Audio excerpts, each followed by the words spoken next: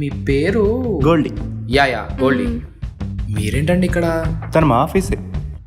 మీ ఆఫీసా? మీ video చూసానండి, చాలా బాగుంది. ఒక్క ఫోటో అండి.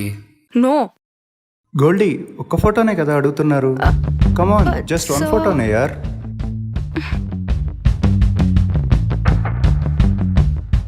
పర్ఫెక్ట్. థ్యాంక్ యూ సార్, మరి ప్రాజెక్ట్ సంగతి?